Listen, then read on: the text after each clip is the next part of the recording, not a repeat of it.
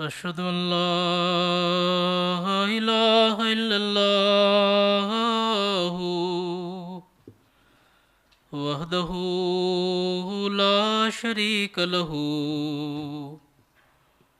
وأشهد أن محمدا عبده ورسوله أما بعد فأعوذ بالله من الشيطان الرجيم بسم الله الرحمن الرحيم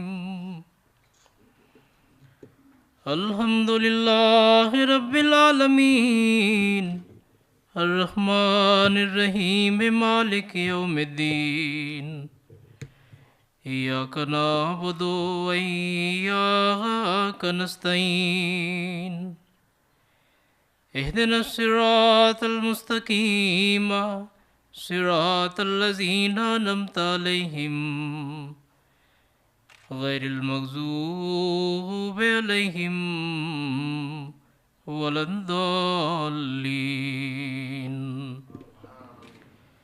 إن الله وملائكته يصلون على النبي يا أيها الذين آمنوا صلوا عليه وسلموا تسليما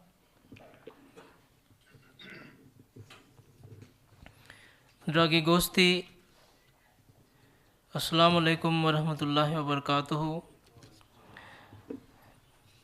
Ovo čast pripada meni da danas ću potruditi za vrlo kratko vrijeme da govorim nešto o našem dragom poslaniku Muhammed sallallahu alaihi wasallam, koji je bio pečat poslanika, koji je bio milost za svih svijetova i koji nam donio taj Božju časnu knjigu, časni Kuran, knjiga koja je uputa za cijelo čovječanstvo. Današnje vrijeme,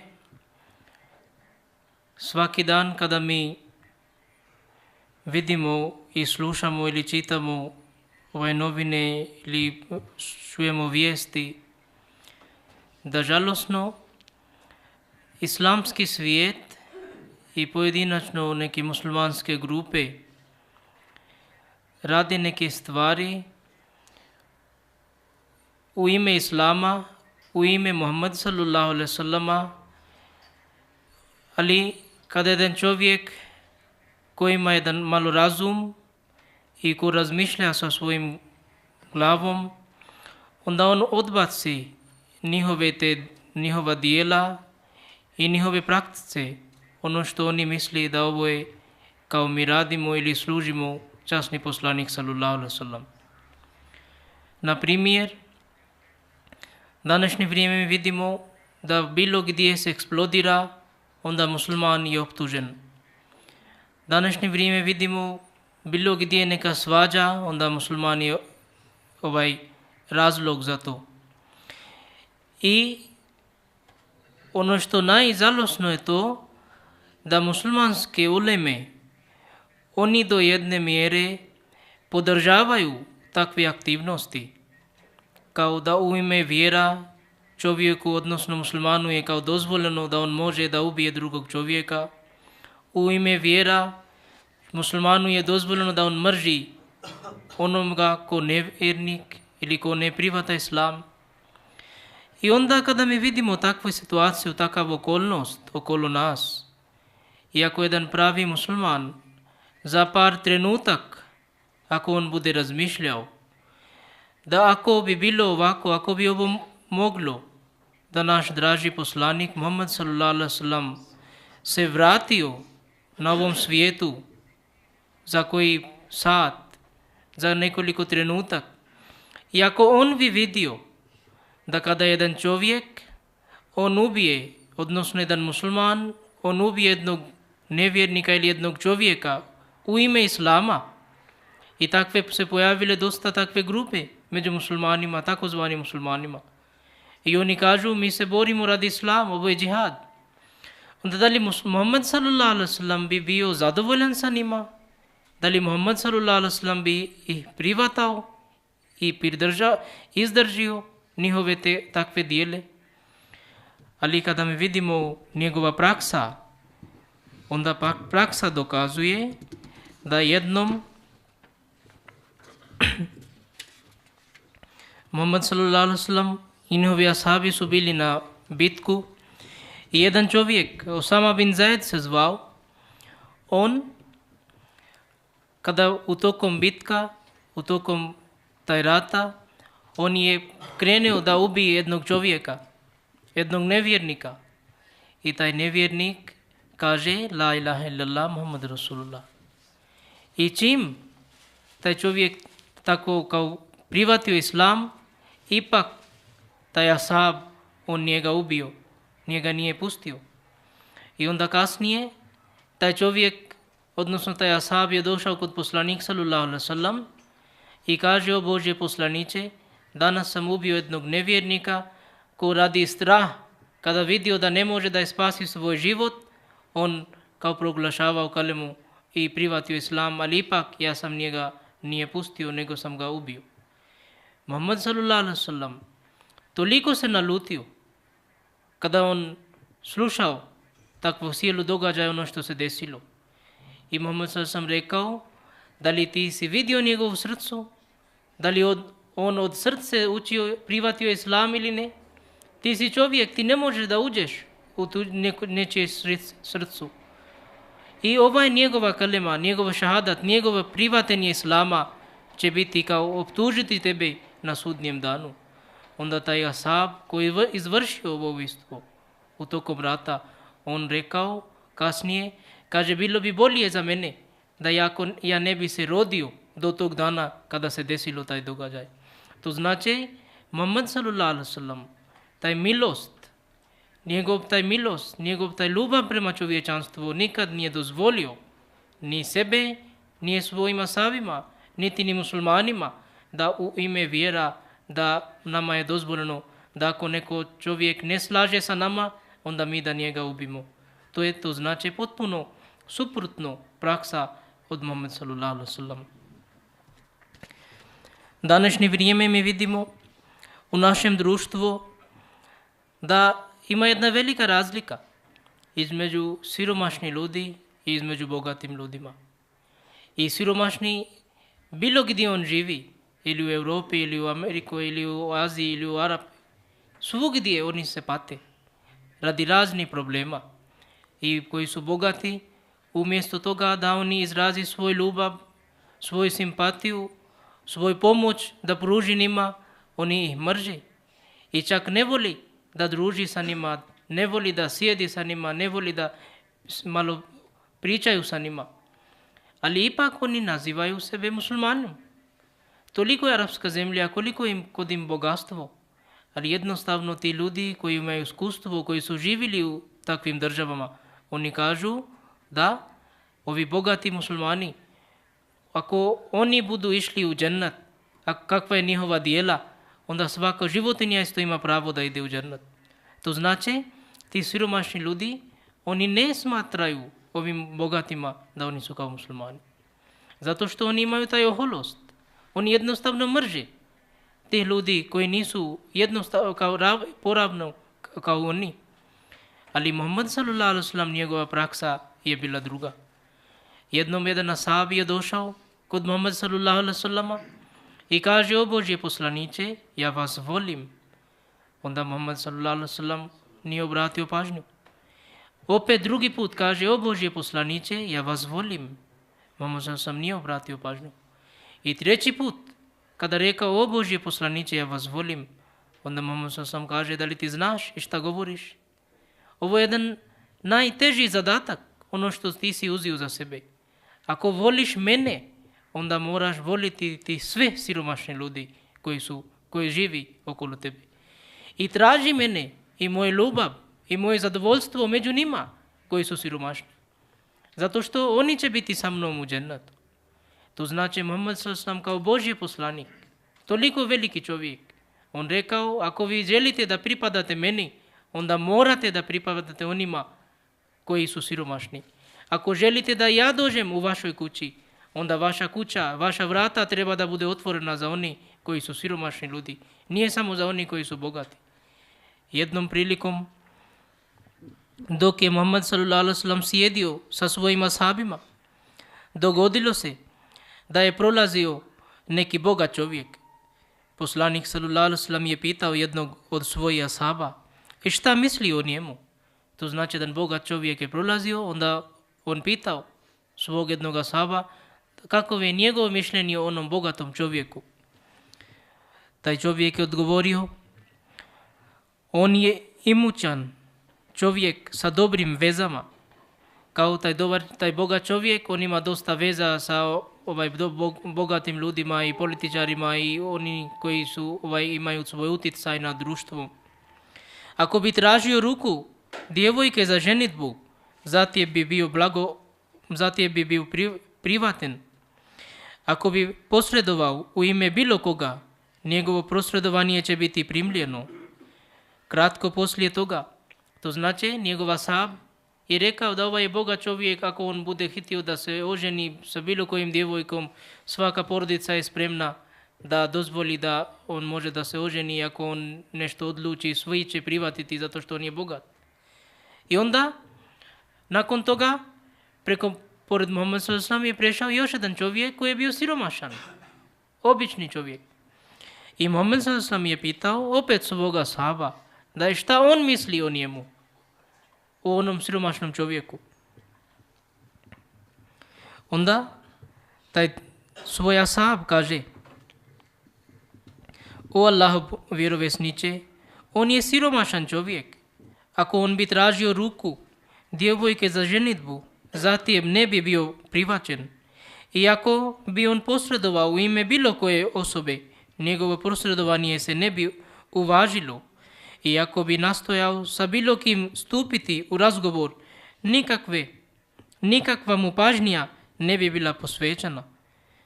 To znači, taj ashab rekao, ovo je siromašan čovjek u našem društvu, niko neće ga prihvatiti da druži sa njim, da se jedi sa njim, da nešto ozbiljno priča sa njim. Ako on bi htio da se oženi, niko neće prihvatiti, niko neće dozvoliti svoju ćerku da se uda za njega, zato što on siromašan.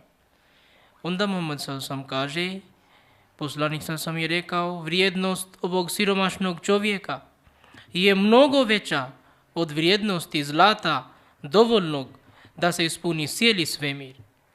Muhammed sallallahu alejhi ve sellem rekao, i što se tiče bogat čovjek, neka on bogat na svom mjestu. Ali ovaj siromašan čovjek, njegov vrijednost je mnogo veća od vrijednosti zlata dovoljnog da se ispuni cijeli svemir. To znači koliko je on bogat pred Bogom. I još jednom prilikom, jedan čovjek koji je bio siromašan i on na pijacu nešto počeo prodati. I Muhammed sallallahu alejhi ve sellem dođoše i vidi tog čovjeka. I Muhammed sallallahu alejhi ve sellem kao sa ljubavlju on ostavi svoje ruke na njegove oči, kao onako malo zabavi sa njim. I taj čovjek je primijetio da ovo samo Muhammed sallallahu alejhi ve sellem može biti Muhammed sallallahu alejhi ve sellem. Zato što koji su bogati, oni su arogantni. Oni imaju oholost. Možda neko je učenjak, on je ponosan na svom znanju. Neko je bogat, on ima ponos na svom imetak. Neko je možda iz velike porodice, on ima ponos na svoj moć i snage. Neko možda političar, on ima ponos na svom uticaj. Samo jedini čovjek, Muhammed sallallahu alejhi ve sellem, kome Bog podario sve, čak Bog je njega rekao, ako ja ne bi stvorio tebe, ne bi stvorio zemlje i nebesa. On je samo onaj ko može da na ovakav način druži sa mnom. Onda Muhammed sallallahu alejhi ve sellem govorio, ima li ko ja želim da prodajem ovog čovjeka? To je kao šala on pričao, zato što u tadašnje vrijeme još postojala navika da čovjek se prodalo. Onda taj čovjek, siromašan čovjek je rekao, o Božje poslaniče, ja sam jedan ponizan, jedan siromašan čovjek. Ja nemam nikakav zanat, ja ne znam ništa, ko će me kupiti? Onda Muhammed sallallahu alejhi ve sellem njemu rekao, da li ti ne znaš da tvoj vrijednost kod Boga je mnogo veći ono što ti misliš? I taj čovjek je počeo plakati radi takav vrsta izraženja ljubava od strane Muhammed sallallahu alejhi ve sellem. Muhammed sallallahu alejhi ve sellem kao sam rekao, on je bio milost prema svima. Prema onima koji su bili njegovi, ono što par primjeraka ja sam sada naveo. I također on bio milost prema onima koji nisu se složili sa njim, ono što on htio da širi. Mi znamo jedan jako poznata događaj iz istorije Islama, da kada Muhammed s.a.v. krenuo da širi svoju poruku, u jednom mjestu se zvao Taif. I tamo je šta se desilo? Piše u istoriji, u knjizi Hadisa Buhari prenosi ovako, kao kada Muhammed s.a.v. stigao u tom mjestu i počeo širiti poruku Islama, onda gradski ljudi su mislili o njemu da je smetnja sa kojom treba završiti. Samo da bi zadovoljili svoje poglavice, oni su na njega nahuškali skitnice grada i dječake sa ulice koji su ga gažali kamenjem i istjerali ga iz grada. Zaid je bio ranjen, bio jedan čovjek. To znači Muhammed sam počeo pričati o islamu, onda neki ljudi su došli i onda neka djeca, oni su počeli kamenovati na njega. I on je bio ranjen. I taj čovjek koji je bio sa njim, on isto. A poslanik je počeo jako krvariti. No potjera se nastavila dok ova bespomoćna grupa od 2 ljudi nije bilo nekoliko milja daleko od Taifa. Poslanik je bio jako ožalošćen i potišćen kad se melek spustio na njega i pitao ga želi li da njegovi progonitelji budu uništeni. To znači kada Muhammed sam imao toliko teškoća, onda Allah pošalio svoga meleka. I taj melek je pitao njega, pošto ovi ljudi su vaši neprijatelji, oni su na takav način vas napadali, vi niste imali nikakvu krivicu, niste učinili ništa i sada Allah želi da zna vaše mišljenje i šta vi želite. Ako vi kažete da odmah mi ćemo uništiti ovaj naselje, ovaj grad ili ovo sela, zato što Bog ima moć. Ako bi bilo današnje vrijeme, onda odmah država bi odlučila, hajde u redu, mi ćemo odmah napadati i da izbrišamo ovu državu iz karte svijeta. Ali Muhammed s.a.v. kaže ne. Ja se nadam da će upravo od ovih napadača biti rođeni oni koji će obožavati jednog istinskog Boga. To znači Muhammed s.a.v. nakon toliko mučenja i patnje ipak nije izgubio nadu, nego on imao nada od Boga, imao toliko milost da oprostio svoj neprijatelj. Ali današnje vrijeme mi vidimo ako jedna grupa se ne slaže sa drugom grupom, onda odmah dolazi fetva kao protiv našeg džamata. Da oni misli kao mi nismo muslimani, onda kao njima je dozvoljeno da nas napadaju, da nas ubijaju, da nas istiraju iz države i uništavaju naš život i naš imetak. Ali Muhammed s.a.v. koji je bio u pravu, koji je bio odabran od Boga, ali ipak imao toliko milost da on oprostio svoje takve neprijatelje.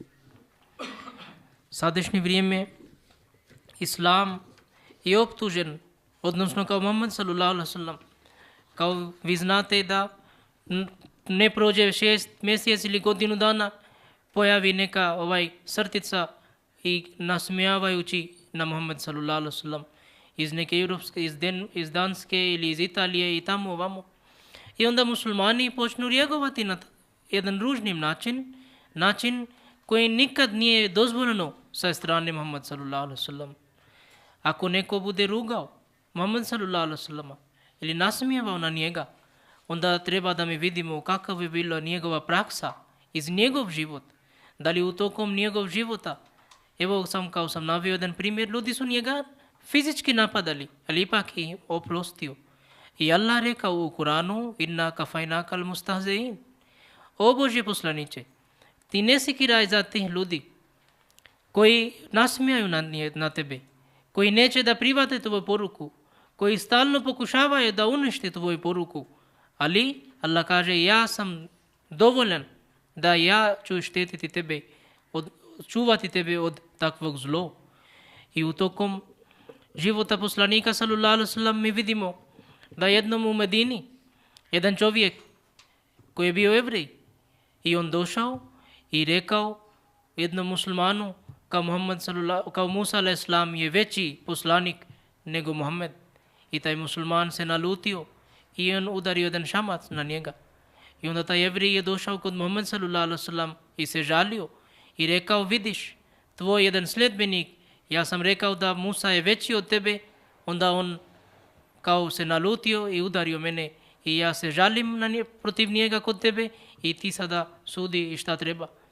Onda Muhammed s.a.v. zvao svoga sahaba i rekao, nemoj mene dati nikakav prednost nad Musa, ali mi znamo, Allah kaže u Kuranu da o Muhammed s.a.v. ti si najveći poslanik, ti si pečat poslanika, ti si poslanik za cijeli čovječanstvo.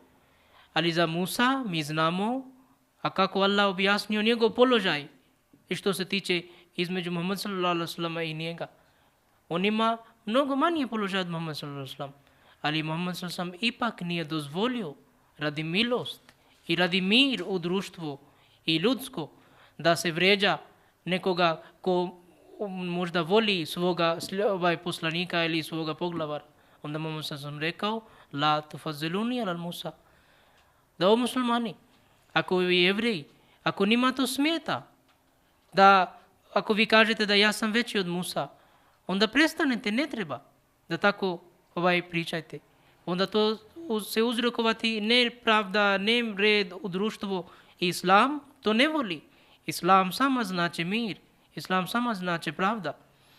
Jednom prilikom, jedan Jevrij uvijek, kada on prešao pored kuće Muhammed s.a.v., uvijek on rekao na arapskom jeziku kao assalamu alaikum. To znači, mi kažemo assalamu alaikum, to znači mir nad vama. I kada kaže assalamu alaikum, to znači kao vi budete uništen. I taj čovjek, taj Jevrij, toliko bio kao bezobrazan. On na takav način pozdravio, odnosno kao izrazio svoj mržnju prema Muhammedu s.a.v.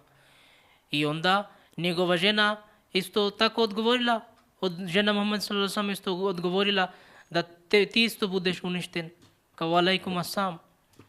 Ali Muhammed s.a.v. kada saznao, onda radi svoj milost, Muhammed s.a.v. rekao, Ajša, treba da odgovoriš na neki mekši način. Ne moraš na takav način da odgovoriš na njega. Ako on ružno priča, ti samo reci i tebe i također, to je dovoljno. Ne treba da govoriš cijelu rečenicu, zato što to nije jedna dobra rečenica, to nije pozdrav. To je posovanje, to je mržnje. I Muhammed s.a.v. ono što on imao ljubav i milost prema čovječanstvu, on nikad nije dozvolio sebi da širi takva vrsta mržnja. Čak i jednom, koji su živi ljudi, Muhammed s.a.v. je bio jako, imao svoj milost prema njima. Ali što se tiče koji su mrtvi, Muhammed s.a.v. isto imao poštovanje prema tim mrtvima. Ponekad se desi da kao ovdje su radili protiv muslimana, da sa mrtvim čovjekom isto su kao ukopali onaj groblje i izbacili tijelo i groba i ovo ono što svaki dan se pojavi na internet ili negdje. Ista stvar se dešava sa nama, sa Ahmadima u Pakistanu. Mrt čovjek je umro, čovjek je sahranjen i toliko ima mržnje prema Ahmadima da njima se ide da taj mrtva tijela oni opet kopaju iz groblja i bacaju iz zemlje. Ali praksa Muhammed s.a.v. to je bilo drugčije. Jednom prilikom jedan Jevrij je umro i ljudi su vodili njegovu tijelu na njihovom način da izvrši sahranjen. I Muhammed s.a.v. kada vidio, Muhammed s.a.v. ustao radi poštovanja prema onom mrtvom čovjeku. I onda sahabi su ga rekli, o Božje poslaniće, on je Jevrij, on nije musliman. Muhammed s.a.v. rekao, zar ovo nije bilo jedna duša, ovo nije bio jedan čovjek, zar to nije dovoljno da mi izrazimo svoje poštovanje bilo kome? To je taj ljudska bića, to je dovoljno za nas da mi izrazimo svoje poštovanje zato što smo dužni za to. Tako je učenje Islama. Također, njegov milost je bilo toliko širok, čak živote nije, isto su imali korist od njegov milost. Poslanik s.a.v. kada vidio da neki čovjek, možda on teško nešto teret postavio na svom životinju ili na magarac ili kamen, poslanik sallallahu odmah kao se iznervirao. Njemu to nije bilo dobro. On odmah postao tužan i zvao tog čovjeka koji je bio vlasnik od onog životinja i rekao da tvoja životinja će se žaliti protiv tebe u sudnijem danu. Ako ti budeš ovako nastavio, onda taj čovjek se oslobodio. I ima tako dosta primjeraka ono što Muhammed sallallahu alejhi ve sellem i njegov milost, kako on izrazio prema onima koji su bili prijatelji i koji su bili neprijatelji. Mi znamo da istorija Islama je takva da dok Muhammed sallallahu alejhi ve sellem bio boravio u Mekku i stalno 13 godina ljudi su ga rugali i izvršili ubistvo protiv muslimanima, nisu čak imali milost prema djecama ili starim osobama. Ali kada Muhammed sallallahu alejhi ve sellem je pobjedio nad Mekkom, onda ti neprijatelji oni su mislili da danas ista stvar će se desiti sa nama, ono što smo radili protiv muslimanima. Ali Muhammed sallallahu alejhi ve sellem kada ušao u Mekku, onda rekao la tasriba alejkumul yawm, da vi ste slobodni, antum tulaka, o Mekanli, koji ste stalno 13 godina pravili problem za nas, ubili stotine muslimana i muslimanke, i djeca, i stari ljudi, i stjerali nas iz našeg domovina. I pokušavali ono što može da čovjek radi protiv jednog čovjeka sve, ali ipak moje srca je toliko velika. Ja imam toliko milost prema čovječanstvu, ja vas toliko volim, čak ako vi ne želite da prihvatite islam, vi ste slobodni na svom mjestu. Na kojim način vi želite da prakticirate svoju vjeru, vama je data sloboda. Jeste, ja sam kralj danas za Mekku. On je ušao u Mekku kao kralj, ali nije se desilo da kao on ubio jednog čovjeka ili neke grupe ljudi. Bili su ti ljudi koji su bili izvršili taj ubistvo, genocid, mi možemo nazivati protiv muslimanima, ali Muhammed sallallahu alejhi ve sellem ih oprostio. Onda kasnije šta se dešava? Radi njegov milost. Abu Džehl, koji je bio najveći neprijatelj islama, njegov sin pređe u islam. I ti neprijatelji koji su cijeli život uložili radi neprijateljstva islama, oni su kasnije postali pomagač muslimana i oni su postali veliki vjernici. I to je taj poruka od Muhammed sallallahu alejhi ve sellem, od njegov milost, ono što današnje vrijeme mi Ahmedi muslimani širimo, zato što je naš moto ljubav svakome, mržnja nikome. I vama je sada jasno. Allahu Hazret Muhammed Mustafa sallallahu alejhi ve sellem. Islami Ahmediyat Zindabad. Nara tekbir. Allahu akbar. I zato što Muhammed sallallahu alejhi ve sellem je predskazanio za dolazak jednog imama. On znao da muslimani će se zalutati i on znao da njegova milost muslimani neće iskoristiti i neće ponašati tako. Ali Bog je njega stvorio i podario njemu čast za poslanstvo za uvijek do sudnjeg dana. I radi toga Bog je pošalio jednog imama koji je osnivao ovu malu zajednicu. I zato što, kao sam rekao, naš moto da mi širimo taj milost i ljubav poslanika sallallahu alejhi ve sellem, to je taj naša najveća oružja. I inšallah nadamo se da preko oružja Muhammed sallallahu alejhi ve sellem, to je nije mač, to je nije seblje, to je nije neki vatro, neki oružje, nego to je taj oružje ljubav i to je taj oružje za simpatija, ljubaznost i milost. I preko ovog oružja inšallah džamaat, odnosno džamaat Muhammed sallallahu alejhi ve sellem, će jednog dana pobjediti kao Muhammed sallallahu alejhi ve sellem pobjedio nad onim ljudima koji su bili stroži i koji su bili veći neprijatelji islama. I ti kasnije su postali pomagač islama i to oni su postali kasnije veliki vjernici. I također mi se nadamo, umjesto toga da mi se borimo i da ratujemo protiv tih neprijatelja, najveća snaga i najbolji način da im prenosimo poruku islama, da im kažemo o Muhammed sallallahu alejhi ve sellem. Muhammed sallallahu alejhi ve sellem u sebe imao takav čar i svjetlost da on istjerao takve mračne dobe za stoljeća i stoljeća i sve doba da postane kao osvjetljen i svi da cijeli svijet dođe pod zastava Muhammed sallallahu alejhi ve sellem. To je jedini način da mi možemo stvoriti mir i da živimo na ovom društvu i na ovom svijetu sa miru i sa ljubavlju. Neka Allah nas pomaže da mi shvatimo ovo i da više i više širimo poruku Islam i poruku Muhammed sallallahu alaihi wa sallam. Jazakumullah.